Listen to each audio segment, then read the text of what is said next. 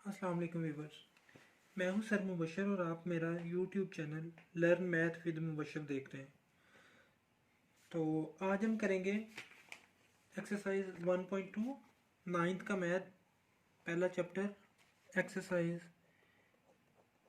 Number 1.2।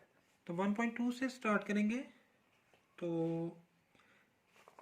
पहला question है हमारे पास, from the following matrices identify unit matrix, row matrix, column matrix and null matrix. ये आपको A B C D E F 6 matrix दिए हुए हैं। इसमें से आपने आइडेंटिटी मैट्रिक्स निकालना है, नल मैट्रिक्स निकालना है, रो मैट्रिक्स, कॉलम मैट्रिक्स या फिर यूनिट वेक्टर यूनिट मैट्रिक्स निकालना है। जो भी इनमें से यूनिट होगा उसको आपने यूनिट मैट्रिक्स लिखना है। जो आपके पास रो मैट्रिक्स होगा वो रो मैट्रिक्स लिखना है। कॉलम मैट्रिक्स या फिर नल मैट्रिक्स जो भी होगा वो आपने वो लिखना है। जी व्यूवर्स, आगे बढ़ने से पहले अगर आपने मेरा चैनल सब्सक्राइब नहीं किया तो चैनल को सब्सक्राइब कर लें और बेल आइकॉन को भी प्रेस कर लें ताकि मेरी ताज़ा तरीन वीडियोस आपको मिलती रहें। तो जी, ये हमारे पास क्वेश्चन है। इसमें ए मैट्रिक्स हमारा 0 0 0 0, बी है 2 3 4, सी है 4 0 6 और डी है 1 0 0 1, ई है 0, एफ है 5 6 7। हम देखते हैं हमने क्या क्या आइडेंटिफाई करना है। सबसे पहले हमने आइडेंटिफाई करना है इसमें से यूनिट मैट्रिसेस कौन कौन से हैं।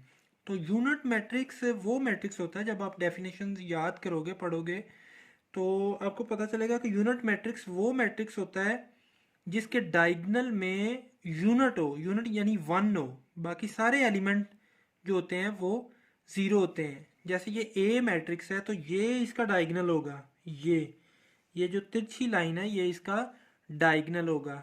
जैसे ये मैं बनाऊंगा इसको तो ये डायगोनल होगा। ये 1 1 होना चाहिए, बाकी सारे 0 होने चाहिए। तो आप देखते हैं कि इसमें डी मैट्रिक्स ऐसा है जिसमें ये वाला डायगोनल यानी ये, इसको डायगोनल बोलते हैं इस पोजीशन को, ये 1 1 है यानी यूनिट है, बाकी सारे 0 हैं। तो डी हमारा क्या है? डी हमारा है यूनिट मैट्रिक्स। डी जो है हमारा क्या है? Unit matrix.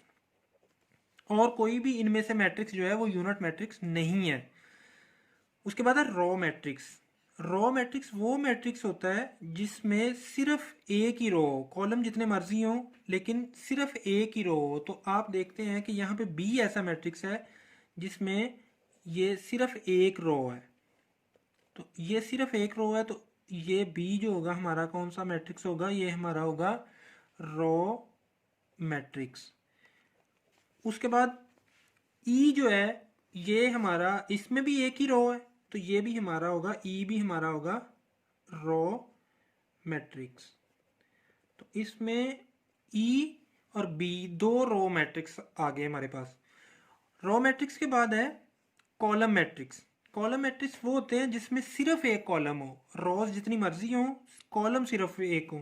तो आप देख रहे हैं कि ये सी जो है ये आपका कॉलम मैट्रिक्स है क्योंकि इसमें सिर्फ एक ही कॉलम है, रोज 3 है लेकिन कॉलम एक ही है। इसके बाद एफ जो है इसमें भी सिर्फ एक ही है तो ये भी आपका कॉलम मैट्रिक्स ही होगा, कॉलम मैट्रिक्स। तो ये सी एफ ये दोनों आपके कॉलम मैट्रिक्स होंगे। तो व्यूअर्स एक चीज आप देखें कि ये जो ई है इसमें कॉलम भी एक है और रो भी एक है। तो ये रो मैट्रिक्स, जिस तरह ये रो मैट्रिक्स था तो उसी तरह ये कॉलम मैट्रिक्स भी होगा। एक ही मैट्रिक्स जो है वो रो और कॉलम दोनों हो सकते हैं। तो ये रो मैट्रिक्स भी होगा और कॉलम मैट्रिक्स भी होगा। उसके बाद है नल मैट्रिसेस। नल मैट्रिक्स वो होता है जिसमें जितनी भी एंट्रीज हैं उस मैट्रिक्स में वो सारी की सारी जो है वो 0 हो। तो यहाँ पे ए ऐसा मैट्रिक्स है जिसमें सारी एंट्रीज जो है वो 0 है, तो ये कौन सा होगा आपका? ये होगा आपका नल मैट्रिक्स। इसके बाद ई ऐसा कॉलम है, सॉरी मैट्रिक्स है जिसमें सारी वैल्यूज, वो चाहे एक है दो है जितनी भी है सारी वैल्यूज जो है वो 0 है, तो ये आपका नल मैट्रिक्स बी होगा। यानी ई जो होगा वो रो कॉलम और नल मैट्रिक्स होगा, ए आपका नल होगा, बी रो मैट्रिक्स होगा, सी कॉलम मैट्रिक्स होगा, डी आपका यूनिट मैट्रिक्स होगा और एफ जो है आपका ये भी कॉलम मैट्रिक्स। जी स्टूडेंट, अब हम पढ़ते हैं क्वेश्चन नंबर 2 की तरफ, जिसमें हमने फाइंड क्या करना है। From the following matrices identify square matrices, rectangular matrices, row matrices, column matrices, identity matrices, null matrices. हमें वैल्यू दी गई हैं। 1 की है -8 2 7 12 0 4, 2 पे वैल्यू दी गई है 3 0 1। इस तरह हमें 9 डिफरेंट वैल्यूज दी गई हैं। इसमें हमने बताना है स्क्वायर मैट्रिक्स कौन सा है, रेक्टेंगुलर कौन सा है, रो कौन सा है, कॉलम कौन सा है, आइडेंटिटी कौन सा है, नल कौन सा है। तो स्क्वायर मैट्रिक्स वो मैट्रिक्स होता है जिसमें रो और कॉलम की तादाद बराबर होती है, यानी नंबर ऑफ रोज और नंबर ऑफ कॉलम्स जो हैं वो इक्वल होते हैं। जैसे कि ये वाला 3 वाला मैट्रिक्स जो है, नंबर ऑफ रोज 2 है और नंबर ऑफ कॉलम्स भी 2 है। तो 2/2 जो है, या 3/3, 4/4, इस तरह का, जिसमें जितनी कॉलम होंगे उतनी ही रोज होंगी, तो उसको हम बोलेंगे स्क्वायर मैट्रिक्स। अगर कॉलम और रो इक्वल होंगी तो स्क्वायर मैट्रिक्स होगा, इक्वल नहीं होंगी तो रेक्टेंगुलर मैट्रिक्स होगा। फिर रो मैट्रिक्स पिछले क्वेश्चन में मैं बता चुका हूँ, जिसमें सिर्फ एक रो होती है, कॉलम जितने मर्जी हो लेकिन रो सिर्फ एक होती है। उसके बाद है कॉलम मैट्रिक्स। तो कॉलम मैट्रिक्स में सिर्फ एक कॉलम होता है, रो जितनी मर्जी हो लेकिन कॉलम उसमें सिर्फ एक होगा। आइडेंटिटी मैट्रिक्स, जिसमें डायगनल में 1 होता है, बाकी सारे 0 होते हैं। और नल मैट्रिक्स, जिसमें सारी एंट्रीज जो हैं वो नल यानी कि 0 हों, उसको नल मैट्रिक्स कहते हैं। तो आइए देखते हैं। तो यहाँ पे जो हमारा पहला पार्ट है, जो कि है -8 2 7 12 0 4, क्लियरली आप देख सकते हो कि यहाँ पे नंबर ऑफ रोज और नंबर ऑफ कॉलम्स इक्वल नहीं है। यानी 2 रोज हैं और 3 कॉलम है। एक ये रो बनेगी, एक ये रो बन रही है जिसको हम R1 बोलेंगे, और एक ये रो बन रही है जिसको हम R2 बोलेंगे। तो ये R1 है, ये R2 है, 2 रोज होगी। कॉलम अगर हम बनाएंगे तो एक ये कॉलम बनेगा जिसको हम C1 बोलेंगे, एक ये कॉलम बनेगा जिसको हम C2 बोलेंगे, और एक ये कॉलम बनेगा जिसको हम C3 बोलेंगे। यानी कि 2 रो 3 कॉलम इक्वल नहीं है, तो फिर ये कौन सा मैट्रिक्स होगा? ये रेक्टेंगुलर मैट्रिक्स होगा, क्योंकि इसमें रोज और कॉलम आपस में इक्वल नहीं है, इसलिए इसको क्या बोलेंगे? इसको रेक्टेंगुलर मैट्रिक्स बोलेंगे। उसके बाद आप देखें कि दूसरा क्वेश्चन जो है उसमें ये नंबर ऑफ रोज और नंबर ऑफ कॉलम्स इक्वल नहीं है। 3 रोज है और 1 कॉलम है, तो इसको भी रेक्टेंगुलर मैट्रिक्स बोलेंगे। ये कौन सा है? ये भी रेक्टेंगुलर मैट्रिक्स कहलाएगा। लेकिन इसके साथ साथ ये एक और मैट्रिक्स बन सकता है। वो कौन सा है? आप देख रहे हो कि इसमें सिर्फ और सिर्फ एक कॉलम है, दूसरा कॉलम मौजूद नहीं है। तो ये रेक्टेंगुलर के साथ साथ आपका कॉलम मैट्रिक्स भी है।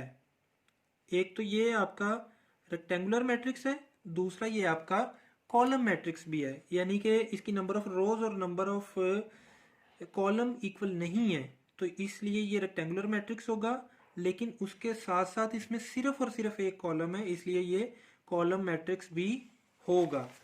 उसके बाद देखते हैं तीसरा पार्ट। तीसरे पार्ट में 6 -4 3 -2, 2 इसकी रोज हैं, 2 ही इसके कॉलम है, यानी नंबर ऑफ रोज और नंबर ऑफ कॉलम इक्वल है। तो इसको फिर हम क्या बोलेंगे? इसको बोलेंगे स्क्वायर मैट्रिक्स। क्योंकि इसकी नंबर ऑफ रोज और नंबर ऑफ कॉलम्स इक्वल है, तो ये क्या होगा? ये स्क्वायर मैट्रिक्स होगा। यहाँ पे ये भी स्क्वायर मैट्रिक्स होगा, क्योंकि इसकी भी नंबर ऑफ रोज और नंबर ऑफ कॉलम्स इक्वल हैं। उसके बाद ये डायगनल देखें, डायगनल में यूनिट है, ये डायगनल है, इसमें यूनिट है, बाकी सारे एलिमेंट 0 हैं। तो ये स्क्वायर के साथ साथ आपका यूनिट मैट्रिक्स भी है, यानी ये स्क्वायर मैट्रिक्स भी बनेगा आपका, और उसके बाद ये यूनिट मैट्रिक्स भी बनेगा। ये दोनों बनेंगे, स्क्वायर भी और यूनिट भी। इसी तरह 5 में देखिए 1 2 3 4 5 6, तो इसमें रोज 3 है, एक ये होगी, एक ये होगी, एक ये होगी। 3 रोज हैं लेकिन कॉलम 2 हैं, तो नंबर ऑफ रोज और नंबर ऑफ कॉलम्स इक्वल नहीं है, तो ये आपका क्या बनेगा, रेक्टेंगुलर मैट्रिक्स। ये आपका रेक्टेंगुलर बनेगा, ये आपका स्क्वायर नहीं होगा। यहाँ पे भी देखें, ये भी आपका रेक्टेंगुलर बनेगा क्योंकि नंबर ऑफ रोज और नंबर ऑफ कॉलम्स इक्वल नहीं है। 3 इसके कॉलम है, एक ये, दूसरा ये, तीसरा ये, और रो सिर्फ एक है। अब यहाँ से ये रो मैट्रिक्स भी बनता है क्योंकि इसकी नंबर ऑफ रो सिर्फ 1 है। तो ये 2 बनेंगे, एक रेक्टेंगुलर मैट्रिक्स बनेगा, दूसरा ये रो मैट्रिक्स बनेगा। उसके बाद आ जाता है 7 वाला पार्ट। इसमें क्लियरली देखें, नंबर ऑफ रोज 3 है, एक ये, एक ये, एक ये, एक ये, एक ये, एक ये, नंबर ऑफ रोज 3 है, कॉलम सिर्फ 1 है। तो ये रेक्टेंगुलर भी बनेगा।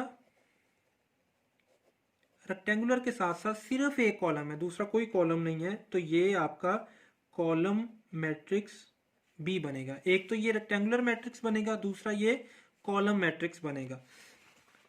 8 में देखें, 3 रोज हैं आपकी, ये रो 1, रो 2, रो 3, और 3 ही कॉलम है। जितनी रोज हैं उतने ही कॉलम है, यानी नंबर ऑफ रोज और नंबर ऑफ कॉलम्स इक्वल हैं।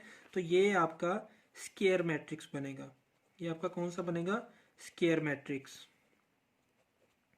इसके बाद 9 वाले में देखें, सारी वैल्यूज जो हैं वो 0 हैं, तो इसका मतलब है सारी वैल्यूज 0 है, तो ये नल मैट्रिक्स भी बनेगा।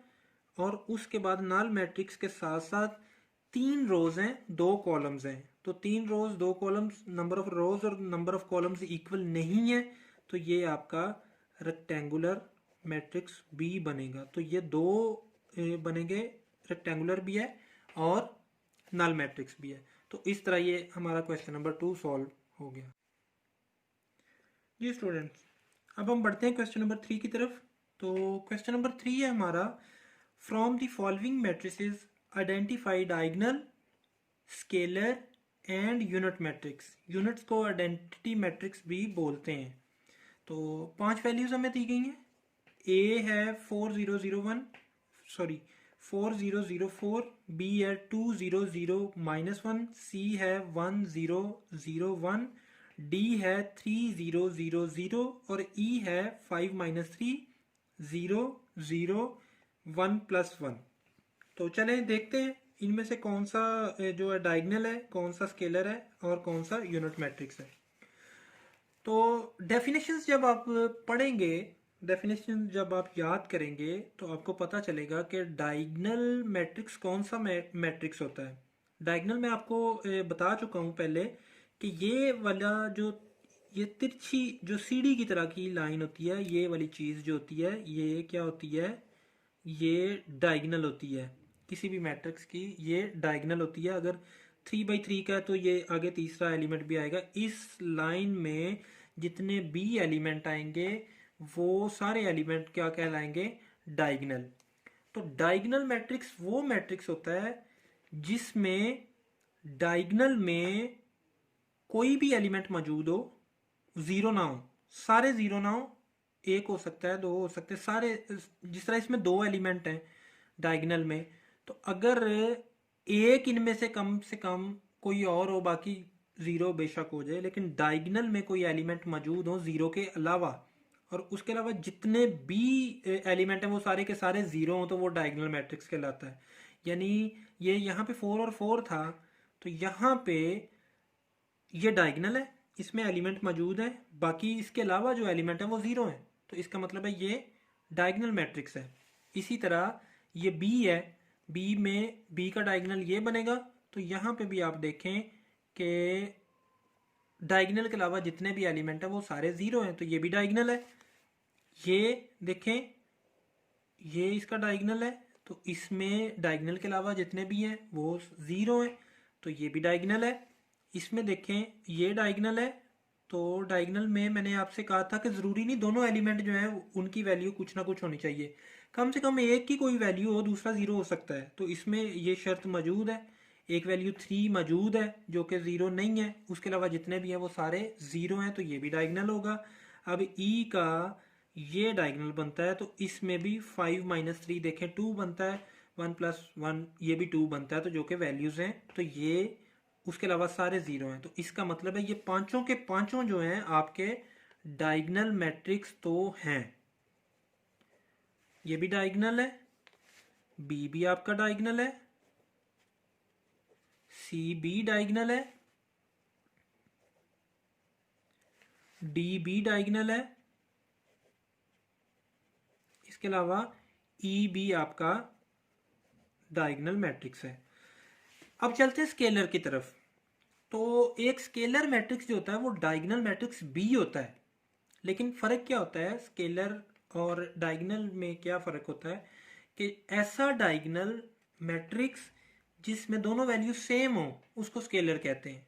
जैसे ये ए है, ये एक डायगोनल मैट्रिक्स है और इसके डायगोनल में दोनों वैल्यू सेम है जो कि 4 4 है। अच्छा, इसमें एक चीज़ याद रखें कि वो दोनों वैल्यू सेम होनी चाहिए लेकिन 1 नहीं होनी चाहिए।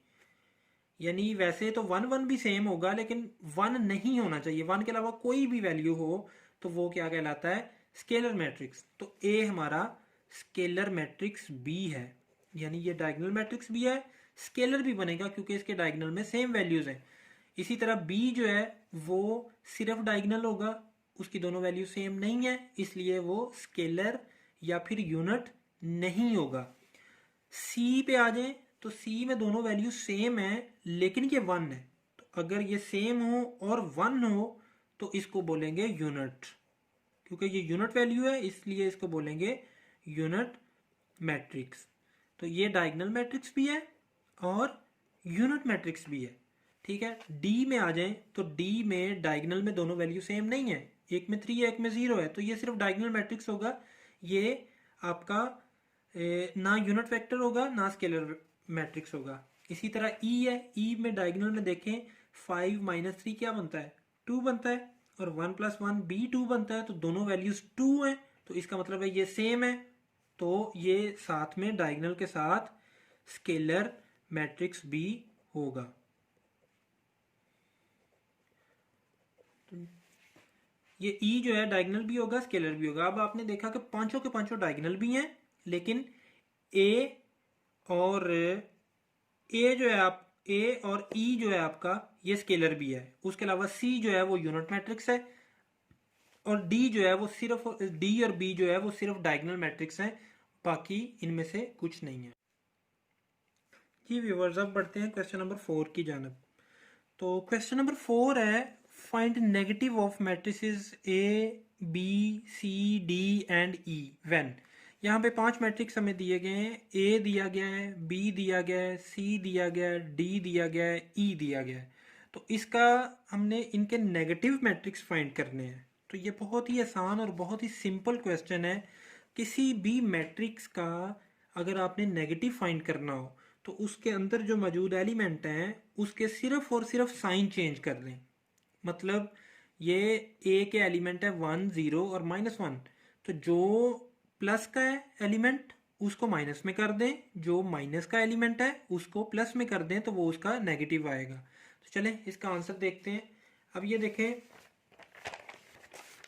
5 वैल्यूज है हमारे पास। ए है, ए जो है 1 0 -1 है, तो इसका नेगेटिव क्या होगा? माइनस ए। तो जब माइनस ए करेंगे तो अंदर जो भी वैल्यूज हैं उसके साइन चेंज कर देंगे। 1 के साथ प्लस था तो यहाँ पे माइनस आ गया, इसी तरह 0 के साथ कोई साइन नहीं होता तो वैसे का वैसे ही रहेगा। तो माइनस का साइन था 1 के साथ तो यहाँ पे प्लस आ गया, तो इसका नेगेटिव ए का नेगेटिव क्या होगा? -a, और वो किसके इक्वल होगा? -1 0 और 1। इसी तरह बी मैट्रिक्स है हमारा 3 -1 2 1, तो इसका नेगेटिव माइनस बी होगा, जो कि यहाँ पे 3 के साथ प्लस था तो ये माइनस आ जाएगा, यहाँ माइनस था तो ये प्लस आ जाएगा, और यहाँ पे प्लस था तो -2, यहाँ पे +1 था तो -1। इसी तरह सी है 2 6 3 2, तो -c जब इसका नेगेटिव आएगा तो चारों के साथ नेगेटिव साइन आ जाएंगे, -2 -6 -3 -2। इसी तरह जो d है वो है -3 2 -4 5, तो -d यानी इसका नेगेटिव d क्या होगा? +3 -2 +4 -5, यानी जहाँ पे माइनस था वहाँ पे प्लस आ गया, जहाँ पे प्लस था वहाँ पे माइनस आ गया। तो e है हमारे पास 1 -5 2 3, तो इसका नेगेटिव e यानी जहाँ अंदर वाले साइन सारे हमने चेंज किए, तो -1 +5 -2 -3, जहाँ पे प्लस था वहाँ पे माइनस, जहाँ पे माइनस था वहाँ पे प्लस। तो इस तरह ये हमारा क्वेश्चन नंबर 4 भी सॉल्व होगा। जी व्यूअर्स, अब हम करेंगे क्वेश्चन नंबर 5। तो क्वेश्चन नंबर 5 में हमें पूछा गया है find the transpose of each of the following matrices. तो यहाँ भी हमें 6 मैट्रिसेस दिए हैं, इसके हमने ट्रांसपोज फाइंड करने हैं। ए की वैल्यू दी गई है 0 1 -2, बी की 5 1 -6, इसी तरह 6 A B C D E F 6 matrices दिए गए हैं, इनके हमने ट्रांसपोज फाइंड करने हैं। तो चलिए देखते हैं ट्रांसपोज होते क्या है। तो ये मैंने वैल्यूज लिख ली हैं, ए की, बी की, सी की, डी की। तो ट्रांसपोज को ऊपर छोटा सा टी डाल के हम डिनोट करते हैं, यानी ये ए का ट्रांसपोज लेना है तो ए लिखेंगे, ए के ऊपर ये स्मॉल टी लिख देंगे, इसका मतलब होगा ये ए ट्रांसपोज है। तो ट्रांसपोज में हम क्या करते हैं कि सिंपल कॉलम को रोज में चेंज कर देते हैं, या फिर दूसरे लफ्जों में रोज को कॉलम में चेंज कर देते हैं, एक ही बात है। तो जैसे ए है हमारा, इसका एक ही कॉलम है जो कि ये वाला है 0 1 -2, तो इसको ये कॉलम में है, यानी ये वर्टिकली है, तो इसको रो में चेंज कर देना है। ए ट्रांसपोज किसके इक्वल होगा, इसको रो में चेंज करेंगे तो ये जो वैल्यूज हमने कॉलम में लिखी थी वो वैल्यूज हमने रो में लिख देनी है, तो वो उसका ट्रांसपोज बन जाएगा। यानी आप देखें यहाँ पे ये वैल्यू कॉलम में थी, यहाँ पे ये वैल्यूज जो है वो रो में आ गई, तो ये इसका क्या बन गया, ट्रांसपोज बन गया। इसी तरह बी है, बी का ट्रांसपोज हमने लेना है, तो बी में एक ही रो है जो कि 5 1 -6 है, तो इस रो को पकड़ना है हमने और कॉलम में चेंज कर लेना है। तो बी के ऊपर टी लिखेंगे छोटा सा, इसका मतलब है बी ट्रांसपोज। तो ये कॉलम की बजाय इसको हमने किस शक्ल में लिखना है, इसको हमने रो की शक्ल में लिखना है, तो ये बन गया हमारा बी ट्रांसपोज।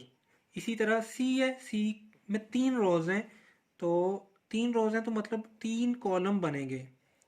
रो को हमने कॉलम की सूरत में लिखना है, तो पहली रो क्या है 1 और 2, इस रो की बजाय हमने 1 और 2 यहाँ पे कॉलम लिख लेना है। ये कॉलम की सूरत में लिखा है हमने, रो नहीं लिखी बल्कि कॉलम लिखा है। दूसरी रो हमारे पास क्या है 2 -1, तो इसको भी हमने कॉलम की शक्ल में लिख लेना है। तीसरी रो हमारी क्या बनी 3 0, इसको भी हमने कॉलम की सूरत में लिख लेना है। तो सी का ट्रांसपोज हमारे पास अब क्या आ गया 1 2 3 2 -1 0, इधर रो की शक्ल में था, इधर आके ये कॉलम की शक्ल में हो गया। इसी तरह डी की वैल्यू है, डी का ट्रांसपोज क्या आएगा, ये पहली रो क्या है 2 और 3, इसको हमने बनाना है कॉलम 2 और 3। दूसरी रो क्या है 0 और 5, इसको भी हमने कॉलम बनाया 0 5, तो ये हमारा डी का डिटर्मिनेंट आ गया कि रोज को हमने कॉलम में चेंज कर दिया। इसी तरह ई है, ई का ट्रांसपोज भी इसी तरह लेंगे। पहली रो क्या है 2 और 3, इसको भी कॉलम में लिखेंगे 2 3। दूसरी रो क्या है -4 5, तो -4 5 ये भी हमने कॉलम की सूरत में लिख ली। इसी तरह एफ है, एफ का ट्रांसपोज, एफ के ऊपर छोटा सा टी लिखा स्मॉल टी, तो ये पहली रो है 1 2, तो इसको हमने कॉलम की सूरत में लिखा 1 2। दूसरी रो है हमारी 3 4, इसको भी हमने कॉलम की सूरत में लिखा 3 4।